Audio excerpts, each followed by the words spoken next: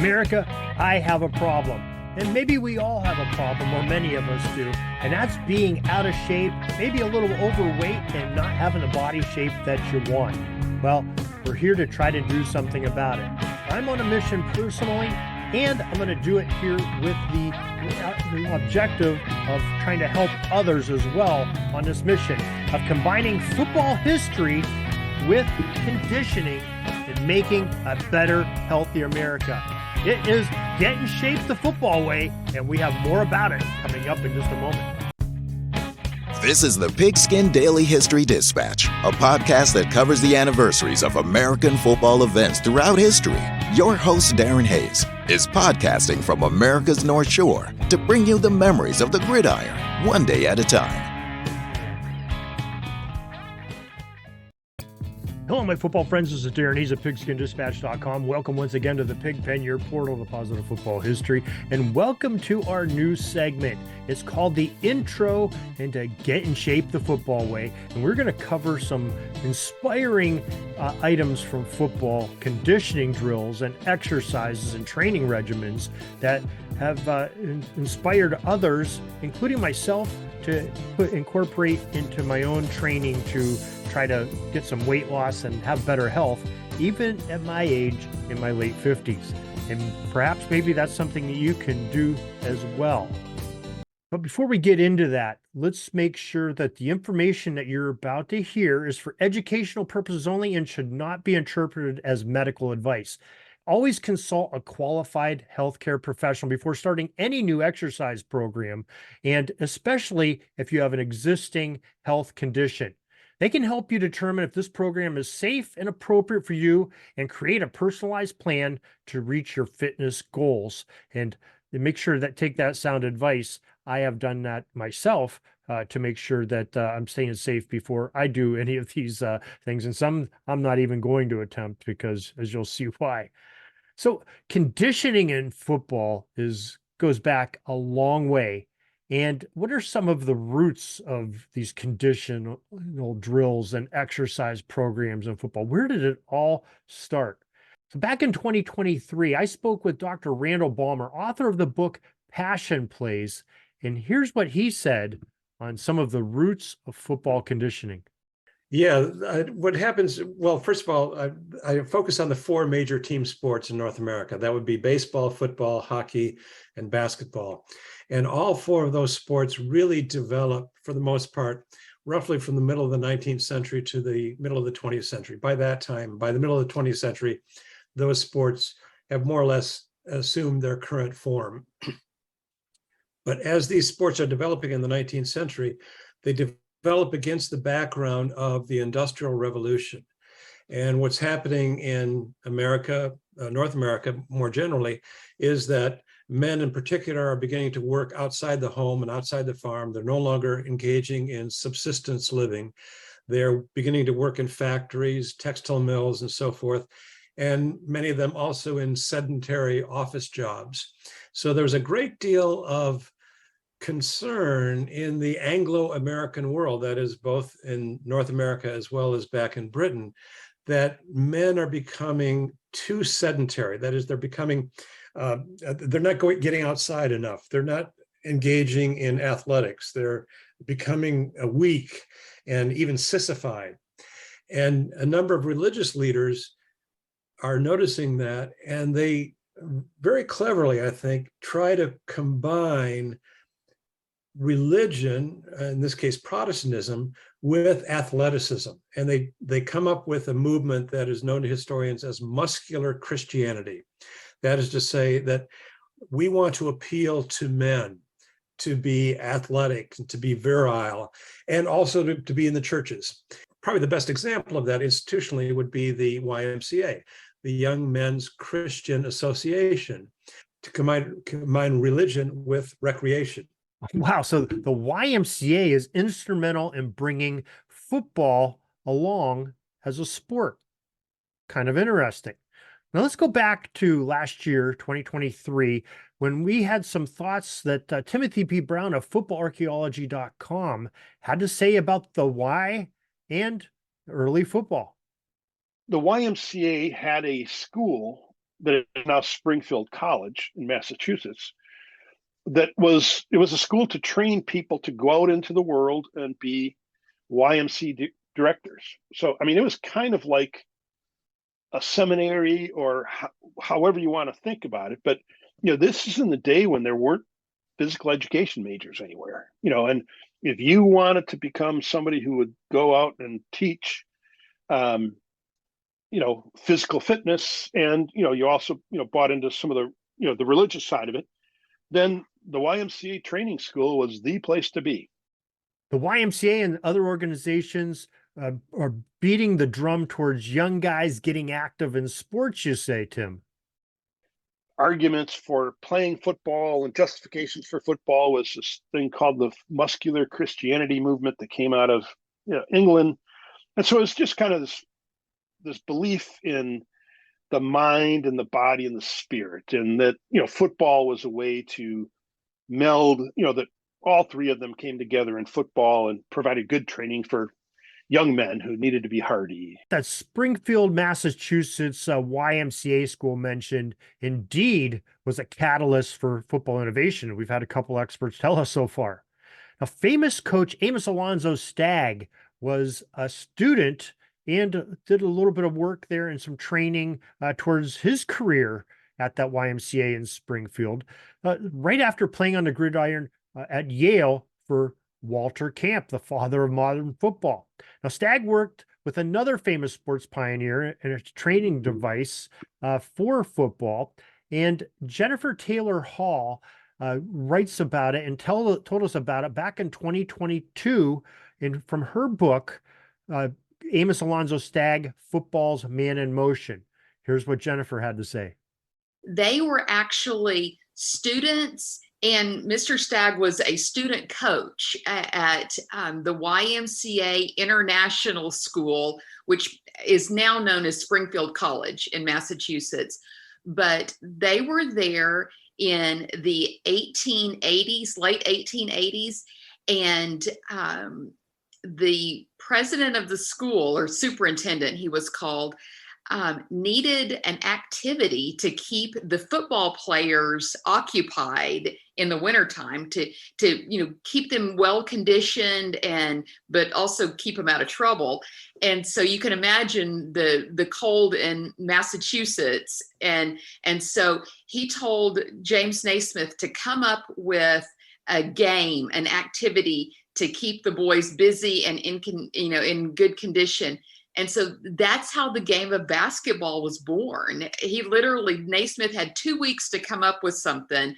And he kind of recalled some games from his childhood in Canada and pieced some things together and came up with the early version of basketball, which was a little rougher than we know today. It maybe had a little bit of rugby influence. The first few contests ended up with some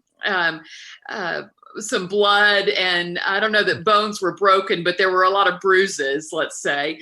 But Alonzo Stagg was involved in those early games.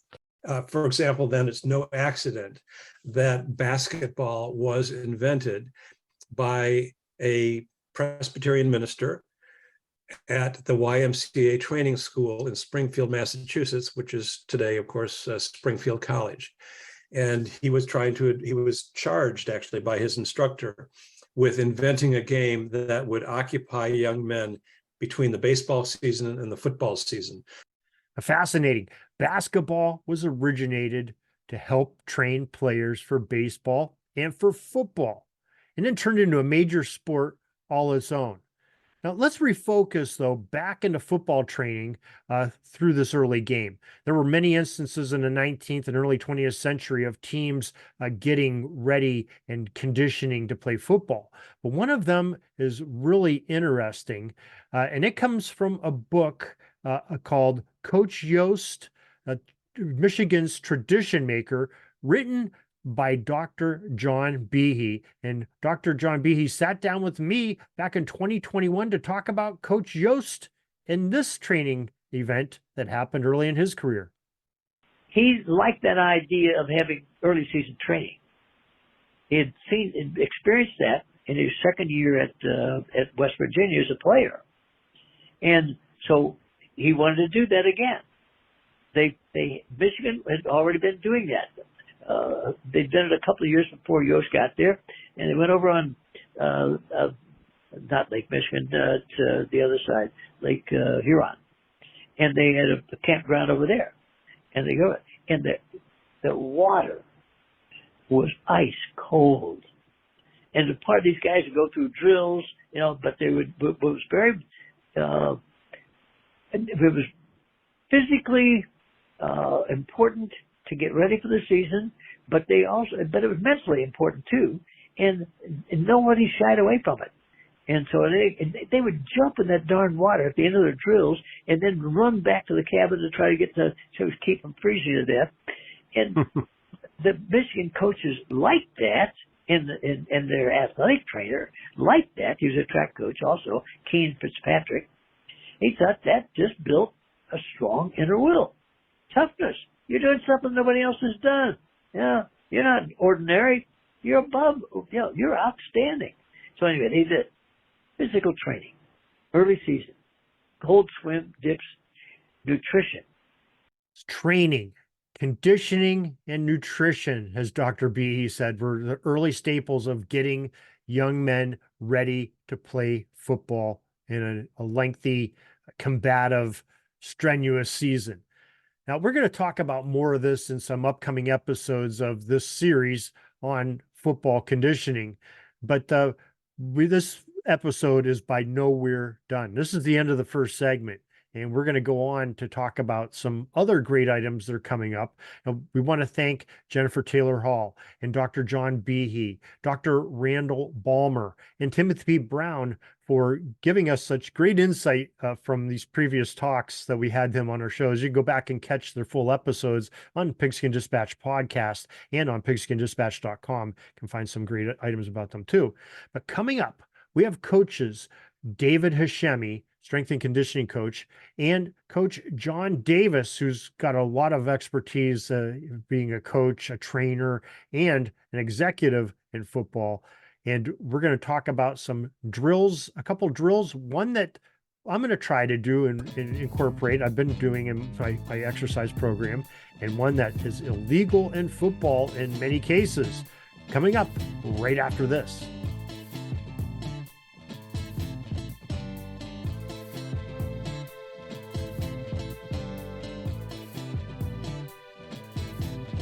Let's start off our first segment on something, maybe an exercise that some of us can do. I've incorporated this into my daily routine, and it's something that's called the burpee.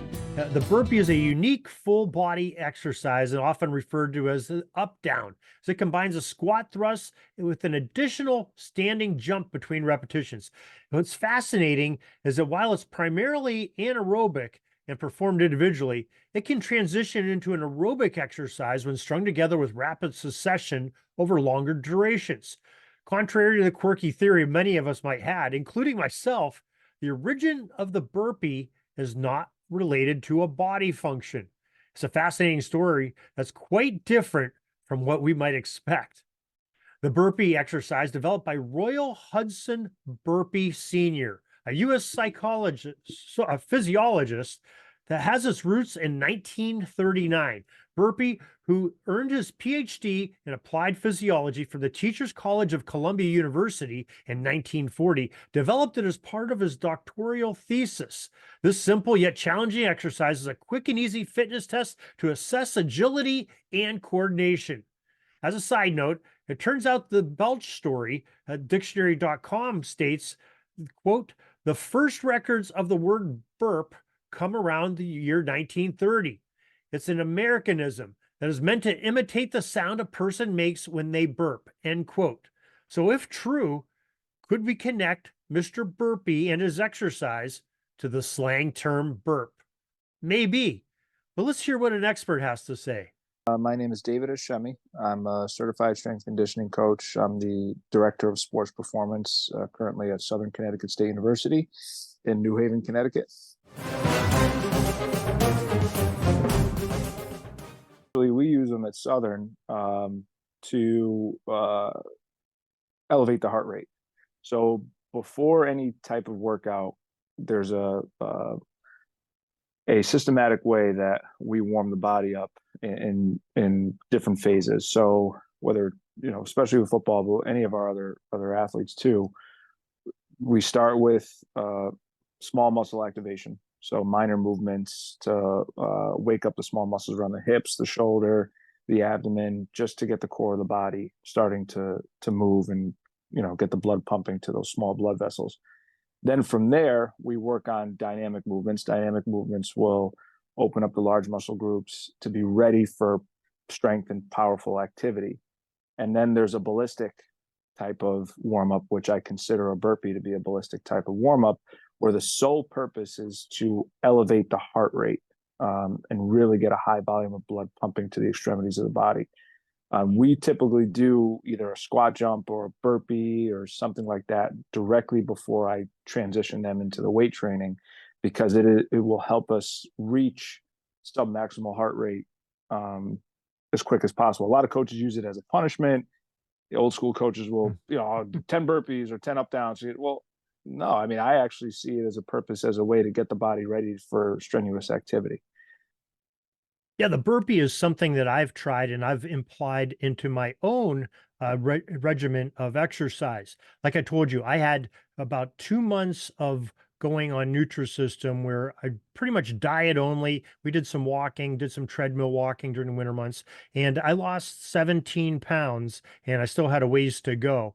I sort of plateaued after those 2 months and kept the 1,500 calories a day, eating foods that I prepared myself and prepared my menu myself. It still stayed the same. So I wanted to up the ante in my exercise part of it. So not only walking at least 11,000 to 17,000 steps a day, I started doing a little bit of aerobic jogging into it. And I did burpees and some other exercises that we'll talk about here in some later episodes. But the next one that I'm going to talk about is not the case of something that you want to try at home. Definitely you do not. As a matter of fact, in many cases, it's not allowed anymore, of this football conditioning drill that David Hashemi will tell us about.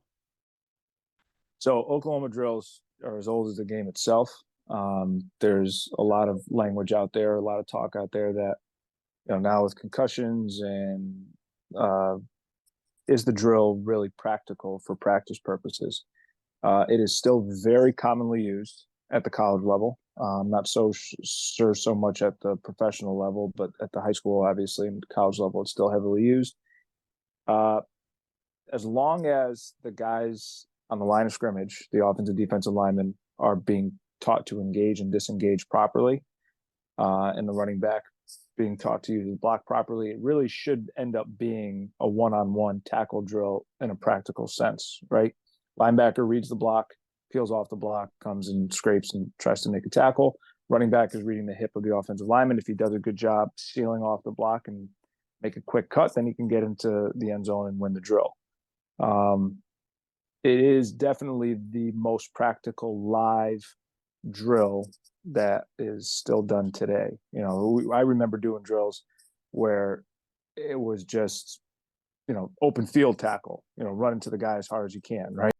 Yeah, the Oklahoma drill came about in the 1940s from Oklahoma Sooners coach Bud Wilkinson, hence the name, the Oklahoma drill. It was a great item, as David said, of training players to go one-on-one, which you enact some of the real action in games. And if you can overcome that in practice in a limited space, a bigger, 53 and some odd yards wide field one-on-one, maybe you can shake that tackler, or maybe that tackler can make the open field hit and bring down of the opponent.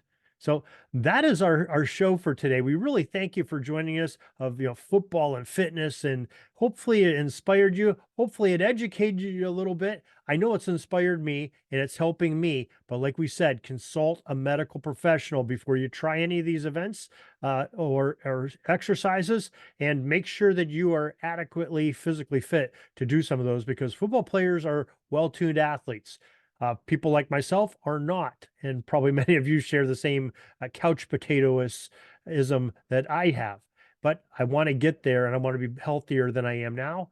And we want to make a healthier America and a healthier world, because it's a better place to be. So hopefully this will help everyone, and want you to tune back next time for some more great football and fitness, as we'll have some more experts, some more history, and some more great conditioning drills. Till next time, everybody, have a great gridiron day.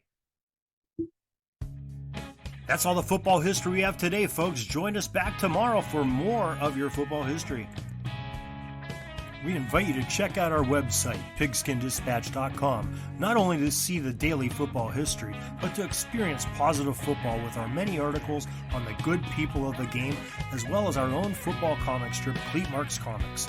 Pigskindispatch.com is also on social media outlets, Facebook, Twitter, Instagram, and don't forget the Pigskin Dispatch YouTube channel to get all of your positive football news and history. Special thanks to the talents of Mike and Gene Monroe, as well as Jason Neff, for letting us use their music during our podcast. This podcast is part of the Sports History Network, your headquarters for the yesteryear of your favorite sport. You can learn more at sportshistorynetwork.com.